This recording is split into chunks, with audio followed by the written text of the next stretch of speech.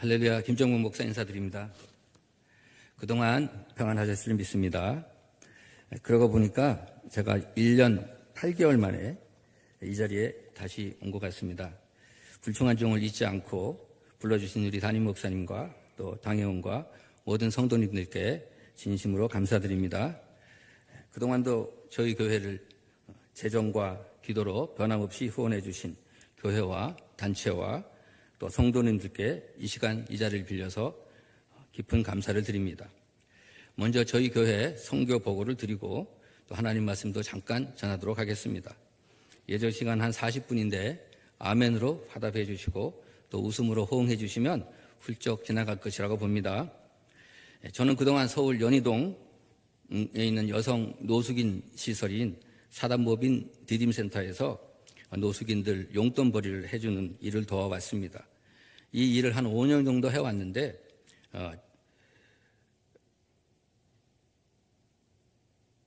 해오면서 이제 주일날은 그분들을 저희 교회로 인도해서 함께 예배드리는 일을 계속 해왔죠. 그런데 작년 2월에 제가 그 디딤센터를 퇴직하게 되었습니다. 그것을 떠났지만은 연희동 인근의 그 사무실을 빌려서 했던 사무실을 통해서 계속 주일 예배를 드리고 사역을 계속 해왔습니다. 매주 한 20명 정도 모여서 함께 예배드리고 성경 공부도 하고 교제도 나누어 왔죠. 그때 이제 우리 박영모 목사님도 잠깐 오셔서 말씀 전해주시기도 했고 또 안수 기도도 해주셨죠. 작년 이맘때쯤 코로나로 사회가 불안감이 조성되었고 저희 교회에도 올 것이 왔구나 했습니다. 사무실을 제공한 그 사장님께서 모임을 자제해달라는 것이었습니다. 사실 한 3년 가까이 비록 조금씩 월세를 내긴 했지만 그런 예배 장소를 제공받은 것만 해도 참 기적과 같은 은혜였습니다. 저는 이럴 때를 사실 좀 대비를 하고 있었습니다. 대비책은 청라에 있는 저희 집 아파트로 들어와서 예배를 드리는 것이었습니다. 저희 집은 다행히도 거실이 조금 넓어서 한 15명 이상은 앉아서 예배 드릴 수 있었습니다. 처음에는 아내가 반대했지만 기도 응답을 받고서는 그렇게 하기로 했습니다. 또 제 딸과 손자 둘도 함께 살고 있었는데 딸도 기꺼이 호응해 주었습니다. 그래서 또다시 가정교회 청라 성소교회가 또 시작됐습니다. 성도들이 홍대 입구역에서 공항철도를 타고 청라에 내리면 저희가 픽업을 여러 번 해서 집으로 데리고 들어옵니다. 방역에도 물론 신경 썼지만 하나님께서 꼭 지켜주셔야만 했습니다. 그래서 주일에는 2가지 기도를 꼭 드렸습니다. 하나는 성도들에게 코로나균 침범하지 않게 해달라는 기도와 또 이웃집에 예배 소리가 들려서 신고하지 않게 해달라는 기도였습니다. 어려운 여건 속에도 대부분 성도들은 기쁜 마음으로 청라까지 달려와서 함께 예배드렸습니다. 식사도 함께 했고 또 오히려 또 큰 은혜가 넘쳤습니다. 제가 이 자리에 오면 항상 입이 건조합니다.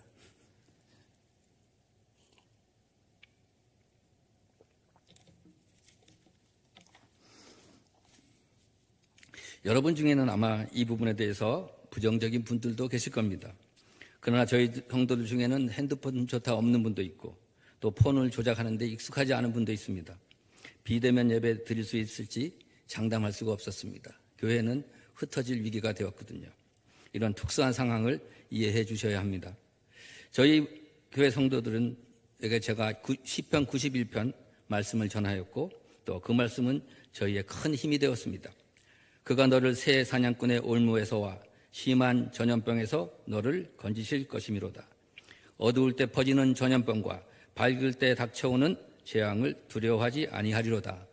화가 내게 미치지 못하며 재앙이 내 장막에 가까이 오지 못하리니 그가 너를 위하여 그의 천사들을 명령하사 내 모든 길에서 너를 지키시게 하심이라. 할렐루야. 오늘 수요 예배입니다. 대강교회 수요 예배 에피소드 하나를 제가 말씀드리려고 합니다. 한 20년 전쯤 대강교회 일입니다. 저녁 7시 수요 예배를 오전 예배로 옮기자는 의견이 있자 김명석 담임 목사님은 깊은 고민에 빠지셨습니다. 그때 담임 목사님의 결정은 이랬습니다. 밤 예배해 주시는 하나님의 특별한 은혜를 폐지할 수 없다. 그러니 낮과 밤 모두 드리는 것으로 하자.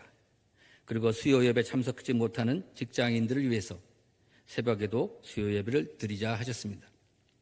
그때 찬양대 지휘자가 엄정만 집사님이셨는데 수요일 밤에도 찬양대를 운영하자 했습니다. 그래서 수요 찬양대 원이 한 10명 이상 모집이 됐고 저도 그 중에 한 사람이었습니다. 그때 저는 서초동에서 식당을 운영하고 있었지만 수요일엔 오후 3시가 되면 정리를 다 끝내고 문을 닫아 걸었습니다. 그리고 대강교회로 와서 찬양 연습을 하고 수요 예배를 드렸던 기억이 납니다.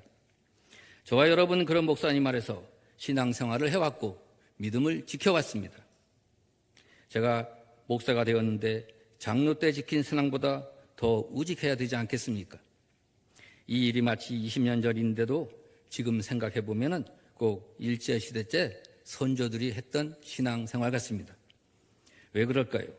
현대 그리스도인들은 순결하고 우직한 믿음이 점점 사라지고 있고 대신 세련된 그리스도인으로 변모되고 있습니다. 그런데 세련된 그리스도인까지는 좋지만 세속적 그리스도인이 되는 것은 참 안타깝습니다. 이렇게 저희가 아파트에서 약 6개월 동안 예배를 드렸는데 그때 하나님께서 우리 가정에도 복을 많이 주셔서 오히려 형편은 더 좋아졌습니다. 이제는 우리 교회를 가져야 할 때가 됐나 보다 이제 생각하고 계속 기도했던 것을 이제 실천할 때가 되었습니다. 제 아내는 하나님 세상 없어도 지하교회는 사절합니다 였습니다.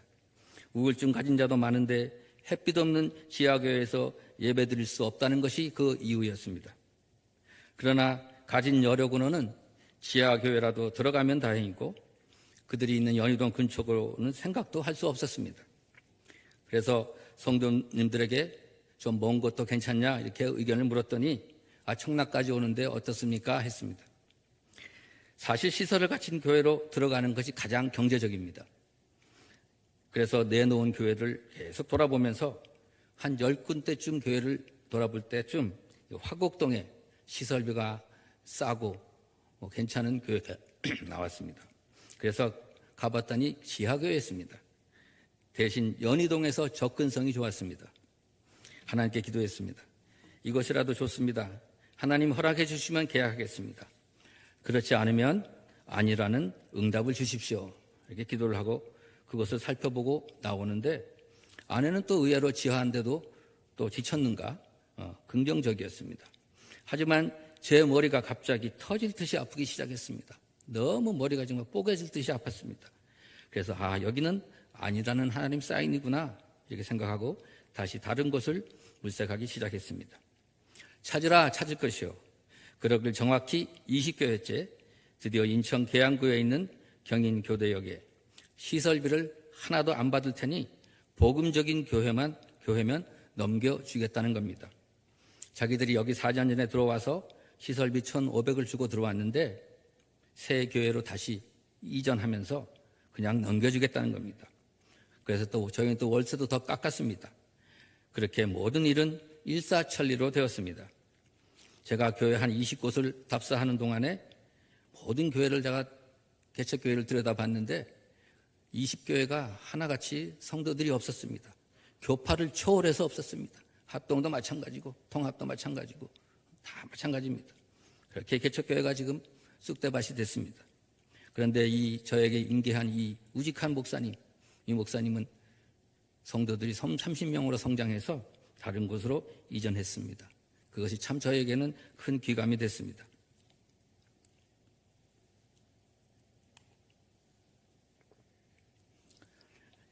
이렇게 해서 작년 11월에 교회를 옮겼습니다. 이름도 예수 동행교회로 바꿨습니다. 4층 작은 상가 건물인데 2층 전부를 쓰고 한 45평 됩니다. 좌석수가 한 50개 나옵니다. 유아실도 있고 목양실도 있고 주방도 있습니다. 창고로 쓰던 4평 정도의 공간이 있는데 거기에 저희 부부가 지금 생활하고 있습니다. 딸과 손주는 가까운 곳에 빌라를 하나 얻어서 거기서 살고 있고 또 아들은 근처 원룸에 들어가서 살고 있습니다. 이렇게 다 뿔뿔이 흩어졌습니다. 생활은 불편해 보이지만 행복한 목회하고 있습니다. 이렇게 자기 교회가 생기니까 성도들도 너무 기뻤습니다. 하지만 대부분 서대문구 연희동 쪽에 살고 있다 보니 지하철이나 직행버스로 이렇게 오게 되는데 시간이 지나면서 이제 한 명, 두 명 떨어지기도 했습니다. 그러나 남을 자들은 남아서 지금까지 그곳에서 인천까지 씩씩하게 와서 믿음 생활하고 있습니다. 특히 금요 예배 때는 일찌감치 와서 각자 맡은 청소를 합니다. 이들이 아마 이런 헌신을 하며 살아가는 것은 일생에 처음 있는 일일 겁니다. 또 끝나고 나면 청소가 끝나면 저녁도 함께 먹고 또 기도회를 진행합니다. 저소득층 사람들은 집을 지원받을 수 있는 방법이 몇 가지 있습니다. 우리 교회 성도들은 이제 대부분 작은 원룸이나 투룸 이런 주택들을 지원받아서 생활하게 되었습니다. 몇몇 분은 아직도 노숙인 시설에 들어가 있기도 하고 또 고시원에 지내는 분도 있습니다. 어떤 집사님 한 분은 지금 저희 교회 옆으로 인천으로 이사를 왔고 또 앞으로 이사 오려고 하는 분들도 있습니다. 이들은 극빈 생활 수준은 벗어났지만 겨우 월 60에서 70만 원 정도 가지고 집세 내고 관리비 통신비 내면 하루 생활비 10,000원에서 15,000원입니다. 그 가운데서 차비를 들여 교회에 옵니다. 이젠 대부분 성도들이 헌금을 다 드릴 정도로 믿음이 성숙했습니다. 이런 분들에게 저희 교회는 생활에 조금이라도 보탬이 될 수 있도록 이제 지원을 해주는 것이 마땅할 줄 알고 그렇게 하고 있습니다. 예전에는 의류가 주류였지만 이제는 주로 생필품과 반찬료입니다. 집을 독립해서 집에서 반찬을 해 먹어야 되는데 저희가 그걸 조금씩 지원도 해줍니다. 대강교회 성도들 중에서 혹 집에 남는 생필품이 있으면 지원을 좀 부탁도 드리겠습니다. 교회 식사 메뉴는 조촐한 게 보통 일반적이고 국수나 간단하게 먹지만 저희 교회는 꽤 고급집니다. 보통 가정에서 잘 먹는 메뉴지만 저들에게는 특식입니다. 그래서 교회에 나와서나마 가족적 행복을 드리려고 합니다. 음식은 가급적 많이 해서 남겨서 또 싸드립니다. 우리 교회는 집사님이 지금 4분 계십니다. 그중 한 분은 77세의 남자 집사님입니다. 그분은 중국 교포로 있다가 20세에 한국으로 와서 국적을 취득했는데 가정도 있었지만 지금은 독거노인입니다. 2년 전에 저희 교회에 와서 복음을 듣고 집사 직분도 받게 되었습니다. 중국집 주방장 출신이어서 수시로 맛있는 중국 요리를 대접해서 먹습니다. 저희 교회도 병자를 위한 기도를 합니다.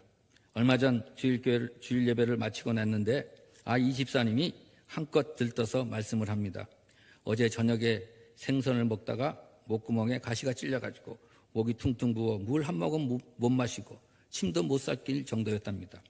그런데 병자를 위한 기도 때 목에 손을 대었는데 씻은 듯이 싹 다 나았다고 너무 기뻐하면서 식사를 잘 했습니다.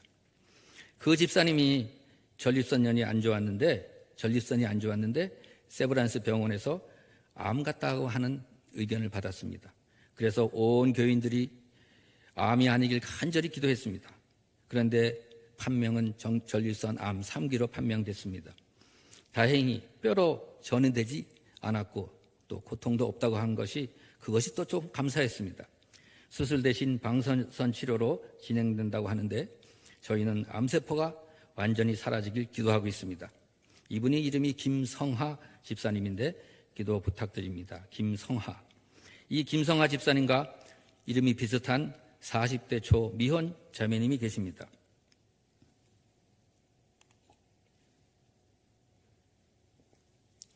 이름이 김성아입니다.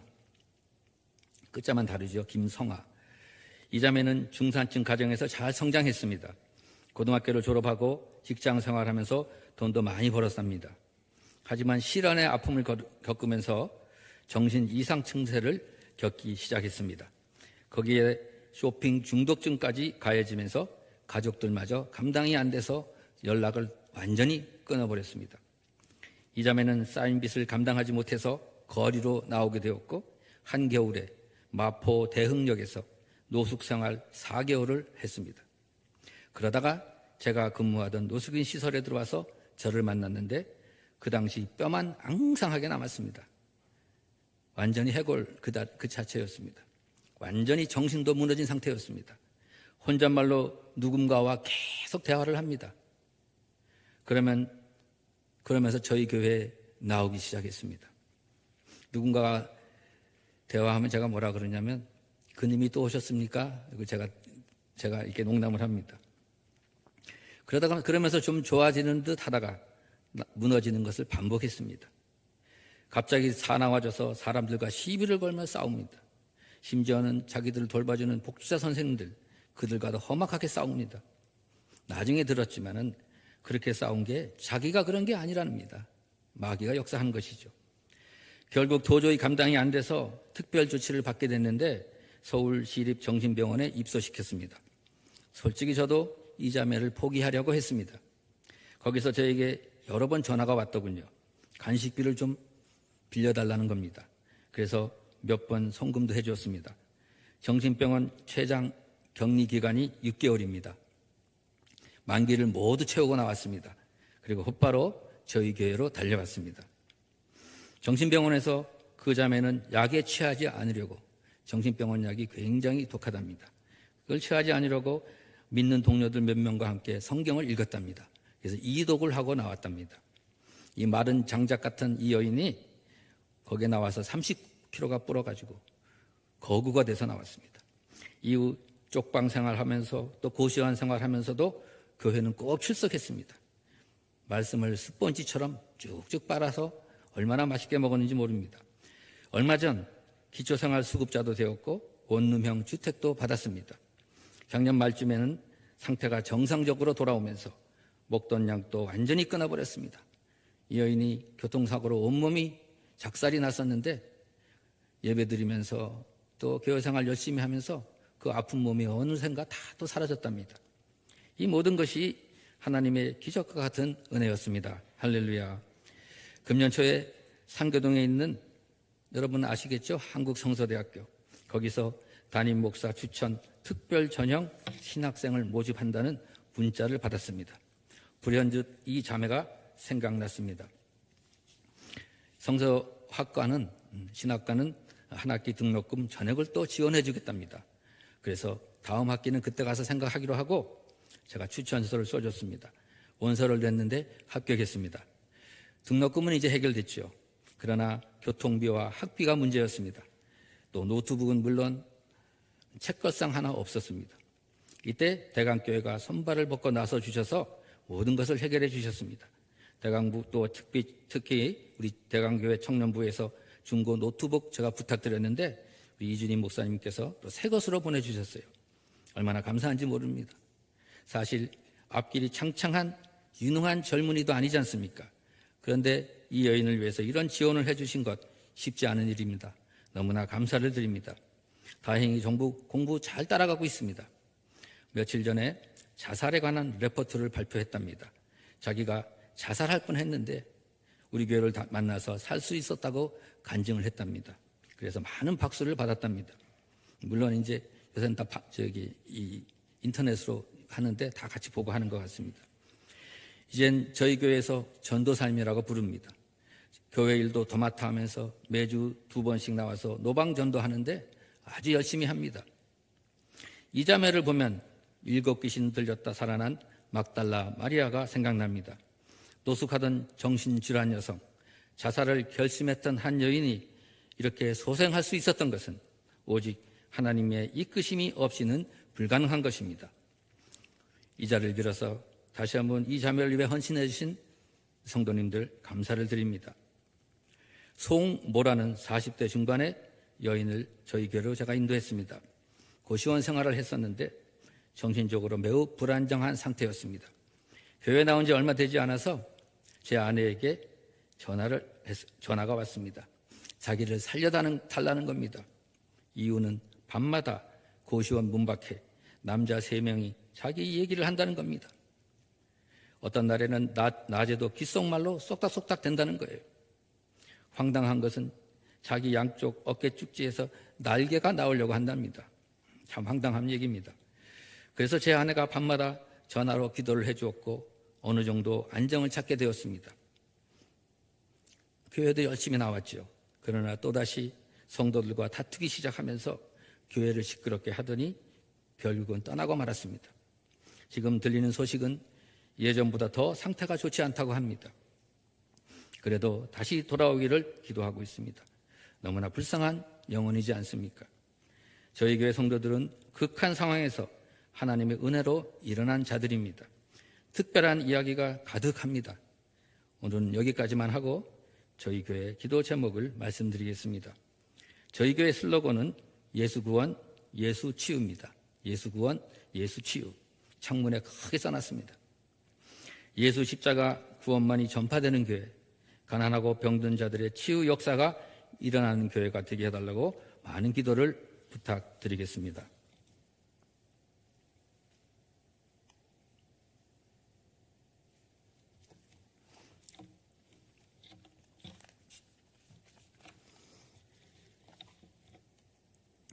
이제 말씀 전하겠습니다. 오늘 말씀 제목은 믿음의 능력을 행하자입니다. 한번 따라해 주실래요? 믿음의 능력을 행하자. 주님은 오늘 본문 앞에 두 가지 교훈을 먼저 말씀하셨습니다. 1절, 2절에 보면 영적 리더들이 믿음이 작은 자들을 실족해 한다면 그저가 너무나 막중하여 차라리 연자 맷돌을 그 목에 매어 바다에 던지는 것이 나을 것이다 라는 말씀입니다.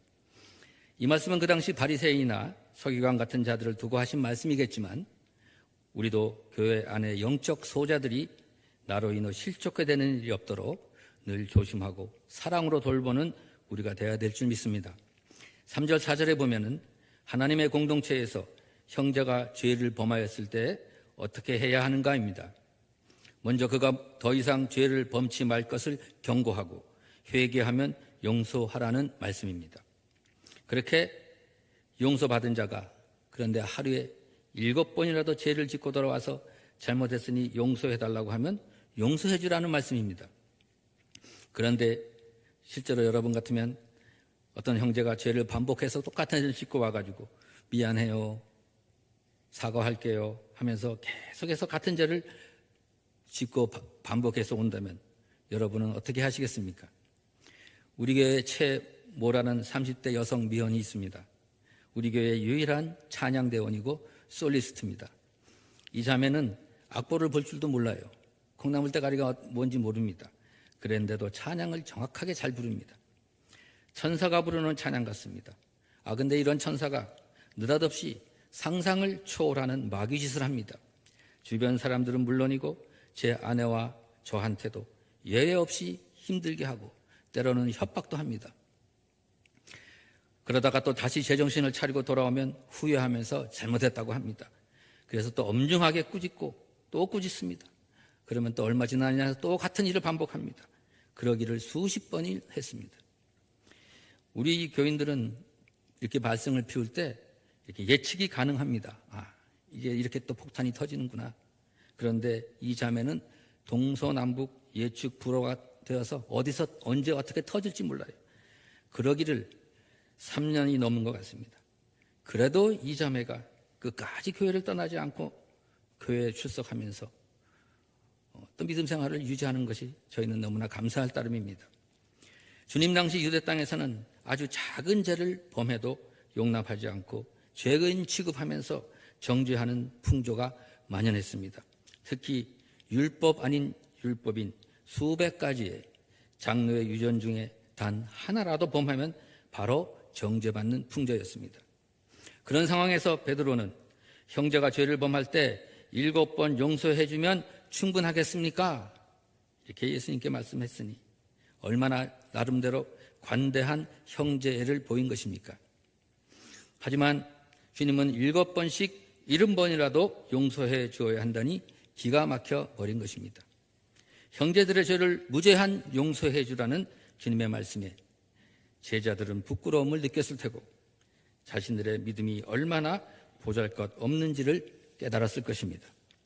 그래서 제자들은 주님에게 우리에게 믿음을 더하소서, 우리에게 믿음을 더하소서라고 부탁한 것입니다. 저는 그리스도인들이 하나님의 능력을 나타내는데 큰 방해 요소가 두 가지 있다고 봅니다. 하나는 물질 문제입니다. 우리가 사는 이 시대는 소돔과 고모라 같고 노아의 때와 같은 시대입니다. 이 시대에서 물질은 그리스도인들에게도 우상이 되어서 하나님의 능력을 드러내는 가장 큰 장애 요소가 아닐까 생각합니다. 또 하나는 용서로부터 자유롭지 못한 것입니다. 우리가 신앙생활을 오래 하다 보면 같은 교회 내 형제 자매들의 단점들이 보이면서 부딪히는 일들이 발생합니다. 이때 할 수만 있으면 내가 먼저 용서의 손길을 내밀 수 있어야 합니다. 본문 4절 말씀은 회개하며 돌아온 자는 용서하라는 그런 말씀이지만 마태복음에서는 제단에 예물을 드리기 전에 형제와 화해하라 하셨고, 주기도문에서는 우리가 죄 지은 자를 사하여 준 것 같이 우리의 죄를 사하여 달라고 했습니다.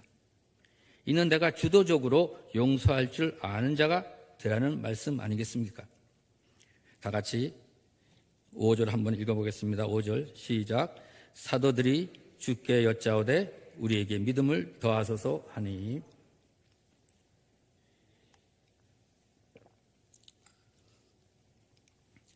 (1절에) 보시면 제자라는 표현을 했는데 여기서는 사도들로 표현하고 있습니다. 앞으로 세상에 보냄을 받게 될 이 제자들이 지금 사도로 인정한 겁니다. 이 사도들이 주님께 우리에게 믿음을 더하소서라면서 부탁드리니까 주님이 이렇게 대답해 주십니다. 6절을 한번 더 읽겠습니다. 시작.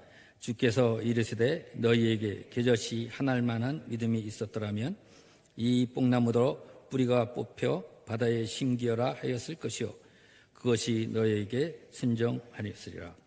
주님은 믿음을 더해주겠다는 이런 해답 대신에 너희가 겨자씨만한 믿음이라도 갖고 있다면 이 뽕나무더러 뿌리가 뽑혀 바다에 심기어라 하였으면 그것이 너희에게 순종하였으리라. 이렇게 말씀하신 것입니다. 그것이 너희에게 순종하였으리라. 여기서 너희에게 겨자씨 한 알만한 믿음이 있었더라면 이 의미가 사도들의 믿음이 그만큼도 없다는 부정적 의미인가? 아니면 그만큼은 있다는 긍정적 의미인가? 여기에 따라 해석이 달라질 수 있겠죠. 여러분 중에 겨자씨를 본 분이 계신가 모르겠습니다. 담배씨가 아주 작다고 하는데 모양이 담배씨 같지만 크기는 절반 크기고 700개가 있어야 1g이 된다고 합니다. 채송아씨 정도 되지 않을까? 저는 그렇게 생각합니다. 담배씨는 아무리 크게 자라도 1m 정도 자랄 겁니다. 이스라엘에서 자라는 겨자씨는 3, 4m까지 나무처럼 크게 성장합니다. 여러분, 주님은 지금 큰 뽕나무 밑에서 제자들과 지금 말씀을 나누고 있는 겁니다.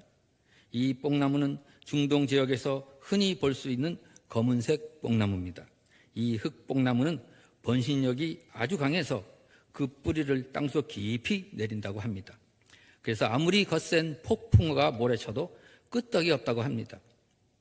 주님은 이 제자들에게 겨자씨만한 믿음이 있더라면 이 크고 뿌리가 깊어서 꿈쩍도 하지 않는 뽕나무에게 너 뽕나무야, 뿌리가 뽑혀서 바다로 심겨져라 하면 그렇게 순종의 역사가 일어난다는 말씀입니다.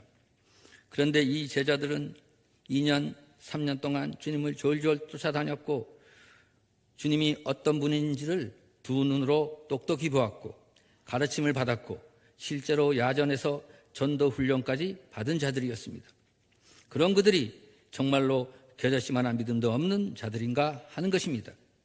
이 세상에서 가장 뛰어난 스승 예수님 밑에서 이렇게 열심히 배우고 쫓아다닌 사도들이 겨자씨만한 믿음도 없었을까 하는 겁니다. 아니겠죠. 그들이 여기서 사도의 칭함을 받았다는 것, 적어도 주님이 그리스도시며 하나님의 아들이심을 분명히 믿었다는 뜻이 아니겠습니까? 그러므로 제자들은 주님께 대한 믿음을 가진 자들이며 적어도 겨자씨만한 믿음이 있던 자들입니다. 그렇기에 주님은 믿음을 더해달라고 하지 말고 이제는 너희가 믿음의 능력을 행하는 자가 되어야 할 것이야. 이제는 너희가 믿음의 능력을 행하는 자가 되어야 할 거야. 이렇게 말씀하시는 것입니다. 믿으시면 아멘 하시기 바랍니다. 여러분, 그런데 제자들이 가지고 있는 그 믿음을 사용하지 못하는 이유가 무엇일까요? 마태복음 21장 21절 22절에 보면 예수님이 십자가 죽음을 앞두고 제자들과 예루살렘 성으로 들어오실 때 몹시 시장하셨습니다. 마침 길가에 무화과 나무가 있어서 그 열매를 따먹으려고 했는데 잎사귀만 무성한 채 열매가 없었습니다. 그래서 예수님이 그 무화과 나무를 향해 저주를 내리시오. 이제부터 영원토록 내가 열매를 맺지 못하리라. 그러자 그 무화과 나무가 말라버려 버리는 것을 봅니다.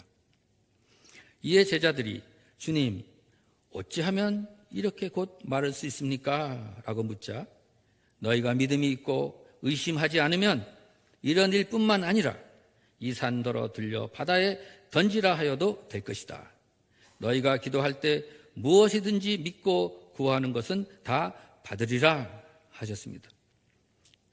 사랑하는 대강교회 성도 여러분, 우리는 여기서 믿음의 능력을 일으키는 원리를 알게 됩니다. 첫째는 겨자씨만한 작은 믿음이지만 작지만 생명력 있는 믿음을 소유해야 합니다. 생명력 있는 믿음이 무슨 믿음입니까? 예수 그리스도에 대한 분명하고 흔들리지 않는 믿음입니다. 예수님은 십자가 보혈로 나의 죄를 사하시고 구원하신 분이십니다. 이제 나는 그분의 자녀입니다. 나는 부활하여 영생할 천국 백성입니다. 이 분명한 믿음이 고백이 있어야 할 것입니다. 이 믿음을 지키기 위해서 내 모든 것, 내 목숨까지도 아끼지 않겠다는 그 확신이 있어야 합니다. 그렇게 원하시는 분은 아멘 하시기 바랍니다. 오늘 수요 예배 참석하신 대강교회 성도님들 모두가 이 믿음을 갖고 있다고 저는 믿습니다. 우리는 적어도 겨자씨만한 믿음이 있는 자들임을 믿으시기 바랍니다.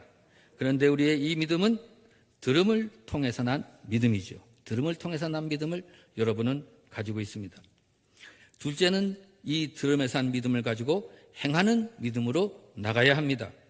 이 생명의 믿음을 근거로 하나님께 기도로 나가는 것입니다. 하나님은 우리의 기도를 통해서 일하시는 분이십니다. 기도는 하나님의 능력을 이끌어내는 유일한 수단임을 우리는 잘 알고 있습니다. 셋째는 우리가 기도할 때 의심 없이 드려야 합니다. 우리 아버지가 되시는 하나님께서 이 기도를 꼭 들어주실 거라는 분명한 믿음으로 드려야 합니다.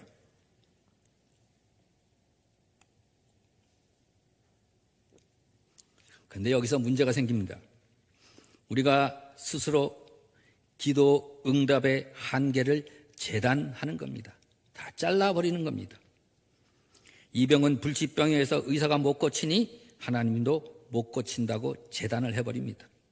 내가 가진 재산과 여러 가지 안전수단 그리고 나의 세상적 지식이 하나님의 역사하심을 재단하고 가로막습니다. 여러분, 뽕나무를 바다에 심고 이 산을 바다에 옮길 수 있다는 것은 그 기도의 응답 한계를 재단하지 말라는 것 아니겠습니까?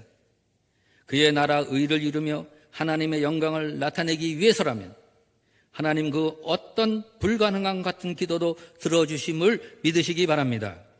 우리가 정말로 이 같은 믿음을 가지고 기도한다면 이 뽕나무를 바다에 심기우며 이 산을 바다로 옮길 수 있는 기적을 볼 수 있음을 믿으시기 바랍니다. 여러분, 그렇다면 이 사도 제자들은 주님이 하신 말씀처럼 겨자씨 같은 믿음으로 믿음의 역사를 이루는 자들이 될까요? 그렇습니다. 제자들은 십자가 사건과 부활하심과 오순절 성령의 역사하심을 통해서 엄청난 하나님의 역사를 이루는 사역자들로 변하게 되죠. 그들에게 첫 번째 나타난 겨자씨 믿음의 능력이 무엇이었습니까? 바로 내적인 변화였습니다. 베드로가 변했고 요한이 변했고 모든 사도들이 확 변했습니다. 그리스도의 인격으로 성장했습니다. 영적 거인으로 변화했습니다. 그래서 정말로 형제를 7번씩 70번이라도 용서하는 자들이 되었고 그들을 통해서 성경까지 기록하게 하였습니다. 그것뿐만 아닙니다. 사도들이 예수 그리스도를 외치다 그토록 강팍한 유대인들이 회개의 역사가 나 하루에 3,000명, 5,000명씩 예수님을 영접하는 역사가 일어나지 않았습니까? 병든 자들을 고치고 장애인들을 고치고 심지어는 죽은 자도 일으켜 세웠습니다. 때를 만나든지 못 만나든지 물불을 안 가리고 예수 복음을 전했습니다. 예루살렘과 유대와 사마리아와 로마 제국 땅 끝까지 심지어는 인도까지 예수 그리스도의 십자가 복음을 전했습니다. 불과 40년 만에 그렇게 한 겁니다. 거대한 로마 제국과 그 주변들 국가, 그것으로 교회가 속속 들어가기 시작했습니다. 핍박과 죽음도 그들의 역사를 막을 수가 없었습니다. 핍박할수록 교회는 오히려 번성해 나갔습니다. 주님의 말씀대로 뽕나무가 뽑혀서 바다에 심겨졌고 이 산이 들려서 바다로 심겨진 역사가 일어난 것입니다. 믿으시면 아멘 하시기 바랍니다. 7절 8절 한번 읽어보겠습니다. 시작. 너희 중 누구에게 밭을 갈거나 양을 치거나 하는 종이 있어 밭에서 돌아오면 그더러 곧 와 앉으라 먹으라 할 자가 있느냐. 또 도리어 그더러 내 먹을 것을 준비하고 이를 띠고 내가 먹고 마시는 동안에 수종 들고 너는 그 후에 먹고 마시라 하지 않겠느냐. 주님은 사도들에게 겨자씨 하나할 만한 믿음의 역사를 말씀하셨는데 갑자기 밭 갈고 양 치는 종의 이야기로 전환하셨습니다. 앞뒤 문맥이 맞지 않는 것처럼 보입니다만 주님은 사도들이 앞으로 일으킬 믿음의 역사를 이미 보시고 계셨기에 이 말씀을 하신 것입니다. 여기에 나오는 종은 밭을 갈고 양을 치는 바깥 일하는 건장한 남자 종이겠죠. 그 종이 바깥 일을 열심히 하고 저녁에 되어 집으로 돌아왔을 때 얼마나 시장하겠습니까?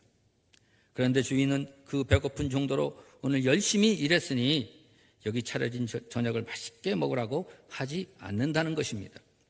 오히려 허리띠를 다시 띠고 저녁 먹을 준비를 하고 주인이 밥 먹을 동안 시중 들라는 겁니다. 이것이 그 시대의 노예들이 행할 마땅한 의무였고 이 의무까지 다한 후에야 종들은 저녁을 먹을 수 있었습니다. 주님은 말씀하십니다. 이렇게 종들이 자기 의무를 다했다고 종에게 감사하겠느냐? 너희도 명령받은 것을 다 행한 후에는 우리는 무익한 종입니다. 단지 우리가 하여야 할 일을 한 것뿐입니다. 라고 해야 한다는 말씀입니다. 여기서 무익한 종이라는 뜻이 뭐겠습니까? 나는 아무 쓸모없는 종이라는 뜻입니다. 다만 주인님이 계심으로 이렇게나마 인간 구실을 하고 사는 놈입니다. 라고 생각하는 종 아니겠습니까? 사랑하는 여러분, 우리 예수님이 정말로 로마 시대 때 주인들처럼 자기 종들의 헌신을 이렇게 취급하실까요? 아니지 않습니까? 주님은 주의 이름으로 행하는 그 어떤 작은 일까지도 그 상을 잊지 않겠다고 약속하신 분입니다. 그러므로 무익한 종 이 의식은 내가 뽕나무를 바다에 심고 산을 바다로 옮기는 역사를 했다 한들 그것이 주님 앞에서 나의 공로의식으로 작용해서는 안 된다는 것이죠. 이 공로의식이 발동을 하게 되면 나는 하나님의 영광을 가로채는 자로 서 있게 될 것입니다. 반대로 우리가 무익한 종의 겸손으로 무장할 때 겨자씨 믿음을 통한 능력은 무한정한 역사를 계속 나타내게 것임을 믿으시기 바랍니다. 이제 말씀을 마치고자 합니다. 톰 라이트라는 신학자는 이런 말을 했습니다. 믿음은 창문과 같다. 창문과 같다. 그 창문이 작든지 크든지 창문을 통해 바라보는 대상이 하나님이면 된다. 그 창문을 통해 하나님만을 신뢰하며 바라보라. 여러분이 예수 그리스도가 나의 생명 되신다는 확고한 믿음이 있습니까? 그렇다면 여러분도 하늘의 겨자씨 같은 생명력 있는 믿음을 가지신 줄 믿으시기 바랍니다. 우리는 이 믿음을 가지고 의심치 말고 기도한다면 뽕나무가 바다에 심기는 응답과 능력을 체험하게 될 것입니다. 그리고 그 같은 은혜와 능력을 체험했을 때 끝까지 무익한 종의 겸손으로 하나님께 나아가시길 주님의 이름으로 부탁드립니다. 기도하시겠습니다. 사랑과 은혜가 많으신 하나님 아버지, 저희에게 예수 그리스도를 믿는 믿음 주셨음을 감사드립니다. 하늘의 겨자씨 믿음 주심을 감사드립니다. 이 생명의 믿음을 가지고 세상 유혹을 이기며 세상 두려움을 이기며 코로나 시대를 이기는 저희가 되게 하시옵소서. 이 생명의 믿음으로 기도하여 뽕나무를 옮기고 산을 옮기는 능력이 나타나는 우리의 삶과 대강교회가 되게 하시옵소서. 그래서 대강교회가 다시 한번 부흥의 역사를 나타내며 소돔과 고모라 같은 이 시대를 구원하는 교회가 되게 하여 주시옵소서. 예수 그리스도 이름으로 기도드리옵나이다. 아멘.